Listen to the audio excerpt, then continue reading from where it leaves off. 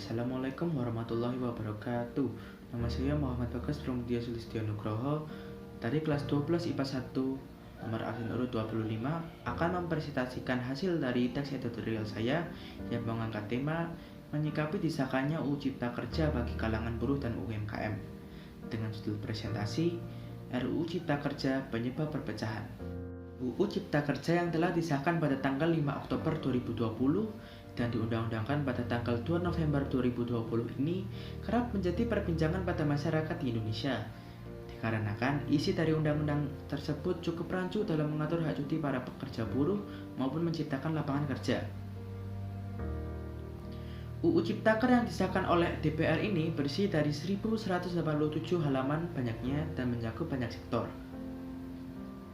UU Ciptaker atau kerap dibilang Omnibus Law ini menuai kritik dikarenakan khawatir jika akan merugikan hak-hak para pekerja, hilangnya lahan pekerjaan, pesangon, pemutusan sepihak dari perusahaan, serta meningkatkan deforestasi di Indonesia dengan mengurangi perlindungan lingkungan. Indonesia hampir menjadi perpecahan dikarenakan disahkannya RUU ini. Lalu, apa sih yang menjadi perdebatan?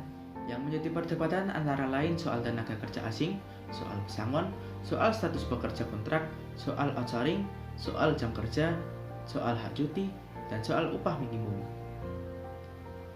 Tetapi sangat disayangkan, para pendemo yang hampir menjadi pelaku penyebab perpecahan Indonesia ini diusi oleh para pelajar dan oknum yang belum membaca isi dari RUU ini dan hanya mendengar dari kabar burung saja.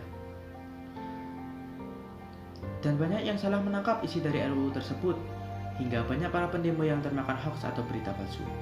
Dari hoax yang beredar tentang soal tenaga kerja asing, soal pesangon, soal status pekerja kontrak, soal outsourcing, soal jam kerja, dan soal hak cuti maupun upah minimum, salah satu contohnya yaitu tentang soal hak cuti, di mana dikatakan bahwa hak cuti akan hilang.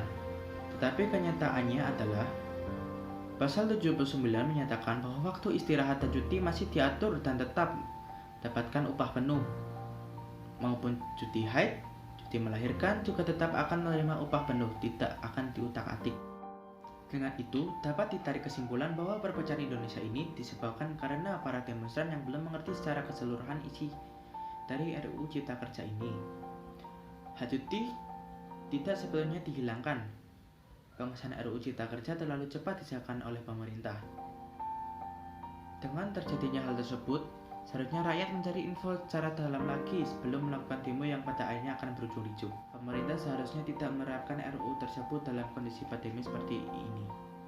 Dan begitulah tidak akan menjadi kerusuhan yang hampir membuat perpecahan pada negeri ini.